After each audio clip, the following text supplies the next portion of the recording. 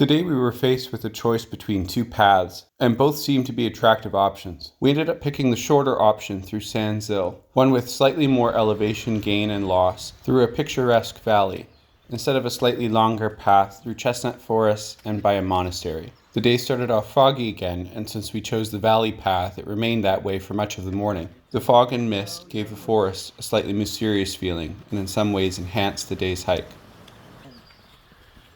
Our endpoint today would be Sarria, which is a common starting point for a very large number of pilgrims, where we would also meet two more friends who would join us for the last leg of the Camino.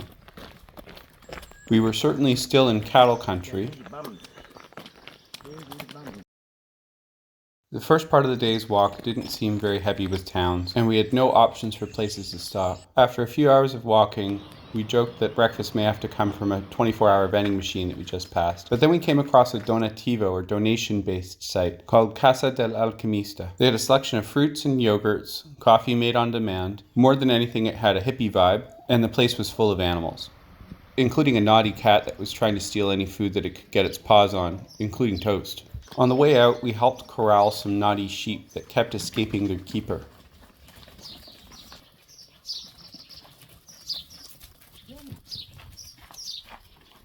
Afraid of big, strange men with hiking poles, we encouraged them to go into their field to graze for the day.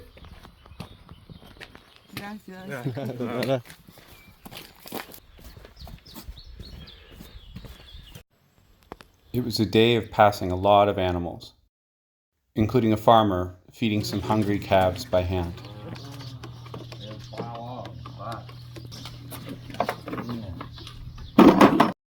Couldn't slaughter it.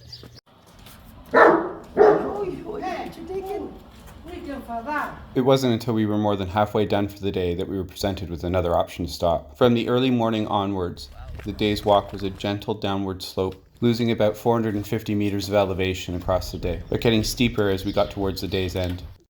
Running into our French buddy again on the way into Sarria, we passed a grill handing out samples of freshly cooked octopus.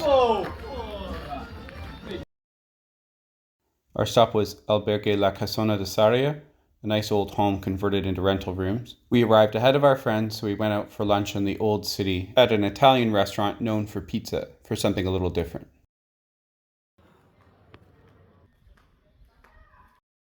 When our friends from the UK, Harry and Jackie, arrived, we went out to find a couple of drinks and then a nice restaurant for dinner.